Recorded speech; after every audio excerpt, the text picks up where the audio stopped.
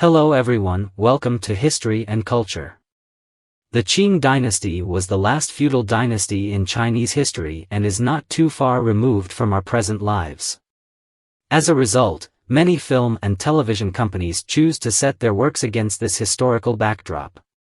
Observant viewers may notice that in historical dramas featuring the Qing dynasty, women in the Imperial harem often wear long nail guards, while there were women in the harem of other dynasties who also enjoyed wearing nail guards. This trend was particularly prevalent during the Qing dynasty. Although these productions may exaggerate for dramatic effect, nail guards did indeed exist in ancient times. So, what was the purpose of these nail guards? Why did the concubines in the harem favor them so much? It's worth mentioning that Empresses in the Palace, a classic Chinese costume drama, features many historical elements, including the long nail guards worn by the concubines. Many viewers of this show might not understand why the concubines wore such long nail guards, as they seem rather awkward. In reality, these accessories were quite significant, one of their purposes being to make things easier for the emperor. Let's delve into this. A few years ago, Empresses in the Palace received widespread acclaim from audiences. The plot is set in the first year of the Yongzheng reign, following a fierce struggle for the throne. Fourth Prince Yinzhen ascends the throne and begins the Yongzheng era. While the nation enjoys peace and political clarity, beneath this facade, dark currents are stirring. In the harem, the powerful Huafei competes fiercely with the empress, leading to a perilous struggle among various factions. 17-year-old Zhen Huan and her close friends Shen Meizhuang and Enlingrong participate in a selection of palace maids. Initially, Zhen Huan sees it as a way to fill a quota. But she unexpectedly catches the emperor's eye, and the three of them are chosen. However, due to Huafei's arrogance and relentless pressure, Shen Meizhuang is wronged, and Enlingrong's heart changes. The naive Zhen Huan gradually transforms into a cunning woman adept at scheming within the harem. When the emperor uncovers the ambitions of Nian Gengyao, he orders Zhen Huan's father to eliminate the Nian clan. Zhen Huan ultimately defeats Huafei. However, because of her striking resemblance to the late Empress Chunyu, the empress uses Chunyu's story to frame Zhen Huan, leading to Zhen Huan's father being wronged and implicated in a literary inquisition. Disheartened after giving birth to her daughter, Zhen Huan chooses to leave the palace to cultivate herself. Outside the palace, she receives attentive care from 17th Prince Yunli, and the two fall deeply in love, waiting for a chance to escape together.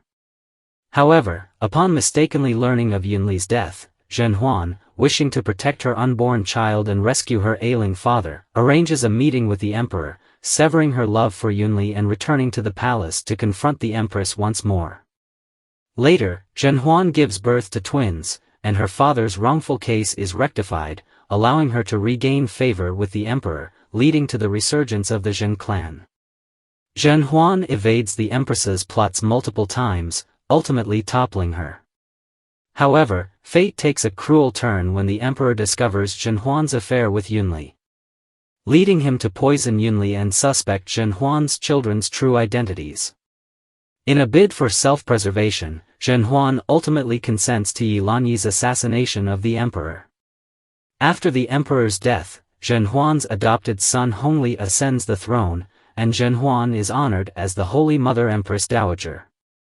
Despite enjoying wealth and honor, looking back on her past, she finds it all to be a poignant dream of a bygone feudal dynasty. Although Empresses in the Palace aired years ago, it continues to spark discussions. For example, in the series, nearly all of the concubines in Emperor Yongzheng's harem wear long nail guards. During the Ming dynasty, this practice was not common, so why did it emerge in the Qing dynasty? What purpose do these nail guards serve? According to some historical records, the decoration of nails has long been a custom. For instance, during the Han dynasty, commoners referred to this practice as protecting the nails, implying care for them. After Emperor Wu of Han exclusively honored Confucianism, the influence of Confucian thought on the populace became profound. The idea that the body, hair, and skin are received from one's parents deeply resonated with people. Consequently, the ancients believed that nails, being a gift from their parents, should be well cared for. By the Ming and Qing dynasties, Confucian thought further influenced society, reaching a peak with the 4 books, 5 classics, and the 8-legged essay. To maintain control, the Qing dynasty also adopted Confucian principles, making nail protection a common phenomenon within the palace. According to relevant historians, nail protection was not exclusive to women in the Qing harem, some common folk practiced it as well. However, due to the high cost of nail guards and the necessity for women in the lower classes to work, it was rarely seen in ordinary households, which couldn't afford the expense. The situation in the Qing harem was different. The concubines, having little to do each day, naturally embraced the practice. Over time, the craftsmanship and materials for nail guards evolved significantly, leading to an array of designs that provided visual enjoyment. Thus, the long nail guards worn by Qing dynasty concubines served 3 primary purposes, one of which was aesthetics. In today's society, the nail industry also emphasizes beauty. Well-manicured nails not only look attractive but also elongate the appearance of the fingers. If nail covers are adorned with decorations and patterns, they can further highlight a woman's charm. For concubines in the Imperial harem, this practice not only satisfies their desire for beauty but also amplifies their allure, giving them an extra edge in attracting the emperor. Secondly, the nail covers serve as a symbol of status. This is evident in TV dramas like Empresses in the Palace and Rui's Royal Love in the Palace. For example, concubines of different ranks have varying colors, patterns, and embellishments on their long nail covers. Each rank has strict requirements and standards that must not be violated. Take the Empress as an example. Her nail covers feature intricate designs and are often colored in the yellow favored by the emperor, representing her high status. It is said that Empress Dowager Cixi's nail covers were adorned with gold, showcasing exquisite craftsmanship and uniqueness. In contrast, lower-ranking concubines typically have plain nail covers, lacking any embellishments and resembling the original materials. In simple terms, the varying quality of nail covers reflects the different statuses of the concubines. In ancient times, the emperor was the most powerful figure in the realm, especially during the highly centralized Qing dynasty, where many aspects of life in the Forbidden City were centered around serving the emperor.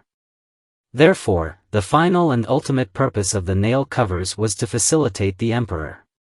At this point, some may wonder how a small nail cover could serve the emperor. The rules behind this are straightforward. Its second function clarifies certain things. With 3 palaces and 6 courtyards and 72 concubines, the emperor was occupied with numerous affairs daily and couldn't spend too much time getting to know each concubine. In such cases, the long nail covers served an important role. In modern terms, the long nail covers function like a latent rule and standard. The emperor didn't need to memorize each concubine's name and status, he only needed to understand the meaning behind the long nail covers to identify each person. This is similar to the symbols used in modern medicine, where each symbol represents a specific medication, greatly aiding healthcare professionals.